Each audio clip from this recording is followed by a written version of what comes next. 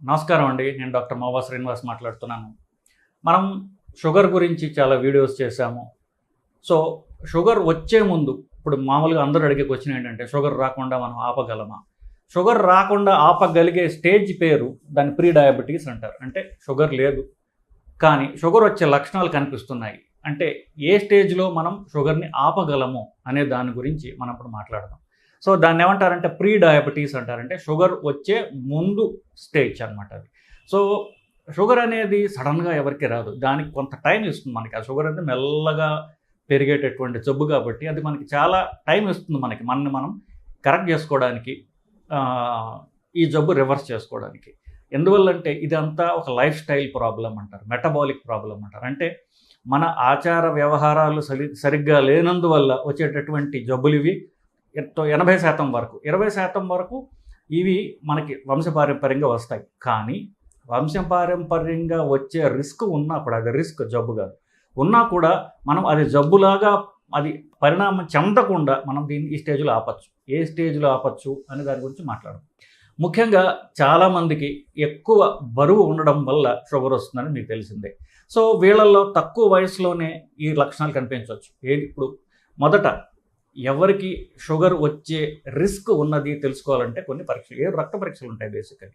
So, ఖాళీ కడుపుతో sugar గనక, ఫాస్టింగ్ బ్లడ్ షుగర్, ఖాళీ కడుపుతో ఎర్లీ మార్నింగ్ షుగర్ చూసినప్పుడు 126 కంటే ఎక్కువ ఉంటే దాన్ని షుగర్ వ్యాధి ఉన్నది అంటాం.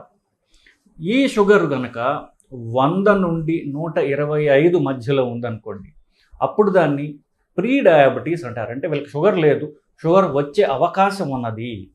సో, 100 కంటే తక్కువ అంటే 99 లేదా తక్కువ ఉంటే అదే నార్మల్ ఫాస్టింగ్ బ్లడ్ షుగర్.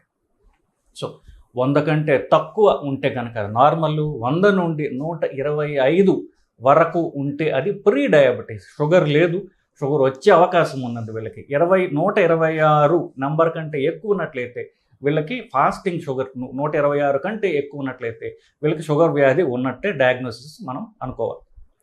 చాలామంది ఇది ప్రధానంగా ఎలా చూస్తారు అంటే ఫాస్టింగ్ బ్లడ్ షుగర్ ద్వారా ఈ ప్రాబ్లం మనం డయాగ్నోసిస్ చేయొచ్చు. రెండవ టెస్ట్ ఏంటంటే యావరేజ్, 2 నెలల యావరేజ్. అంటే ఏమిటి? ఇది ఒక్కొక్కసారి ఏమవుతుంది, మనం ఎక్కువ తింటాం, ఒకసారి తక్కువ తింటాం. సో, ఇదంతా ఇప్పుడు నిన్న మనం తక్కువ తినొచ్చు, 2 వారం రోజుల క్రితం మనకి షుగర్ ఉండొచ్చు, 2-3 రోజుల కింద మనం షుగర్ అన్నం తినకపోతే షుగర్ తక్కువ ఉండి ఇప్పుడు తక్కువ చూపించవచ్చు. అందువల్ల కొంతమంది ఏం చేస్తారంటే యావరేజ్ 2 నెలల యావరేజ్ తీస్తారు. ఆ 2 నెలల యావరేజ్ పేరు ఏంటంటే గ్లైకో హిమోగ్లోబిన్, HbA1c అంటారు. గ్లైకో హిమోగ్లోబిన్ అంటారు. ఏం లేదు, మామూలు రక్తంలో ఉన్నటువంటి ఎర్ర పిగ్మెంట్ ఏదైతే ఉందో దానిలో షుగర్ అంటుకుంటుంది అనమాట. ఎక్కువ కాలం ఉందనుకోండి, ఎక్కువ మోతాదులో ఎర్ర కణాలకి షుగర్ అంటుకుంటుంది. సో, ఆ ఎర్ర కణం ఉన్నంతసేపు దానిలో షుగర్ యాడ్ అవుతూ ఉంటుంది, రక్తంలో ఉంటుంది కాబట్టి. సో, దీన్ని మనం ఎంత ఉందో మెజర్ చేస్తాం. గ్లైకో HB అంటారు, దాన్ని గ్లైకో హిమోగ్లోబిన్ అంటారు. అది 5.7 నుండి 6.4 వరకు ఉంటే కనుక దీన్ని ప్రీ డయాబెటీస్ అంటారు. 6.5 కంటే ఎక్కువ ఉన్నట్లయితే దాన్ని షుగర్ ఉంది అంటారు. సో, 5.7 నుండి 6.4 మధ్యలో ఉన్నట్లయితే కనుక ఇది షుగర్ లేదు, కానీ షుగర్ వచ్చే అవకాశం ఉన్నది. 6.5% కంటే ఎక్కువ ఉన్నట్లయితే షుగర్ ఉన్నది అని చెప్తాం. కానీ నేను చెప్పినట్టుగా బెటర్ పరీక్ష ఏంటంటే దీనికి నిన్న మొన్న ఫాస్టింగ్ బ్లడ్ షుగర్ ఎట్లా ఉందో అది చూసుకోవడానికి ముఖ్యం. అది నేను చెప్పినట్టుగా 100 నుండి 125 వరకు. సో, పరీక్ష ఎప్పుడు చేయించుకోవాలి? ఏమి రోగ లక్షణాలు మీకు కనిపిస్తే మీరు పరీక్ష చేయించుకోవాలి. యూజువల్గా నేను చెప్పినట్టుగా వీళ్ళకి వెయిట్ ఎక్కువ ఉంటుంది, లీన్ డయాబెటిక్స్ అంటే తక్కువ బరువులో ఉన్నటువంటి షుగర్ ఉన్న వాళ్ళు కూడా ఉంటారు.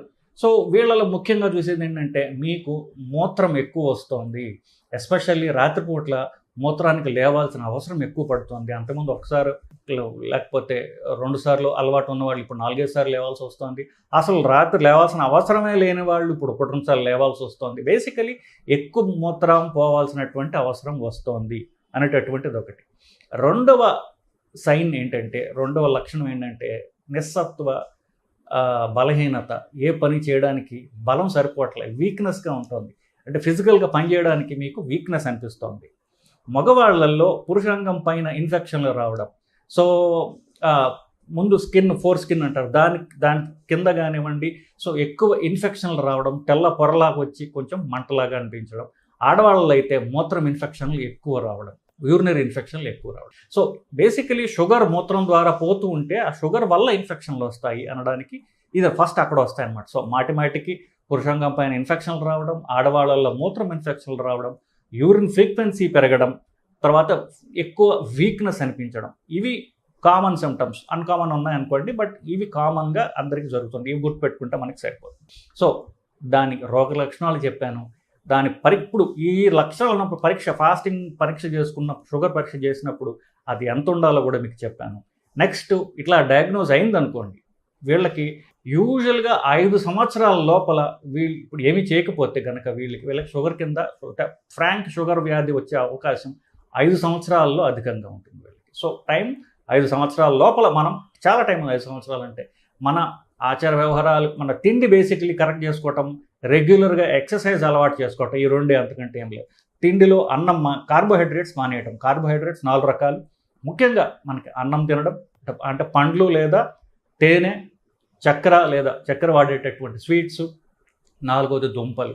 ఈ 4 మన యూజువల్ తిండిలో కార్బోహైడ్రేట్ సోర్సెస్. ఈ 4 తీసివేయడం ద్వారా తినే తిండిలో కార్బోహైడ్రేట్స్ తగ్గుతాయి. తగ్గిందనుకోండి మీకు రక్తంలో షుగర్ పెరగదు. సో మనకి షుగర్ వ్యాధిని మనం నివారించుకోవచ్చు. సో తిండిలో మార్పులు చేయడం ఒకటి. సో ఇవి తగ్గించి దీని బదులు మీరేం తినాలి? దీని బదులు ప్రోటీన్ ఉన్నటువంటివి తినచ్చు. ఇంకా చెప్పాలంటే మనం ట్రాన్సిషన్ స్లోగా పోవాలనుకుంటే రైస్ బదులు జొన్నలు, జొన్న రొట్టెలు, రాగులు, రాగి సంగటి, అట్లాగే మీరు సిటీల్లో ఉన్నట్లయితే ఎక్కువగా దొరికేది కీనోవా అంటారు, అది తీసుకోవచ్చు. గోధుమ రవ్వ తీసుకోవచ్చు. గోధుమ పిండి కంటే రవ్వ బెటర్, ఎందుకంటే ఫైబర్ ఎక్కువ ఉంటుంది. ఈ 4 తినడం ద్వారా మీరు మీ షుగర్ని తగ్గించుకుంటారు.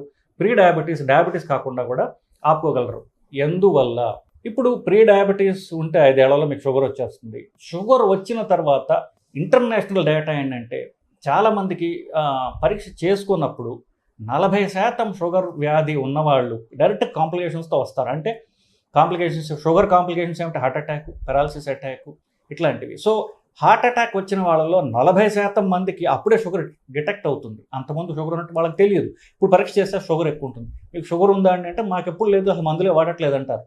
అంటే సడన్గా అప్పుడు షుగర్ రావడం కాదు, షుగర్ ముందే ఉన్నది వాళ్ళకి, కానీ అన్ఫార్చునేట్లీ వాళ్ళకి అది తెలియదు.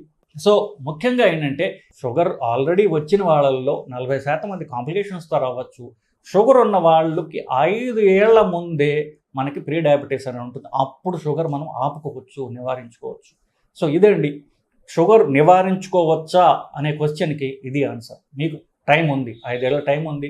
దాంట్లో మీరు మెల్లగా మీ తిండిని మార్చుకోండి, ఎక్సర్సైజ్ అలవాటు చేసుకోండి. ఎక్సర్సైజ్ని మీరు ఎంజాయ్ చేసేట్టు రావాలి. ఎందుకు? ఒక ముద్ద అన్నం ఎక్కువ తిన్నా, 1-2 రోజులు అన్నం తిన్నా కూడా ఎక్సర్సైజ్ చేయడం ద్వారా మన పాపం మనం కడుక్కోవచ్చు. సో ఎక్సర్సైజ్ అనేది ప్రధానమైనటువంటి సొల్యూషన్ కూడా.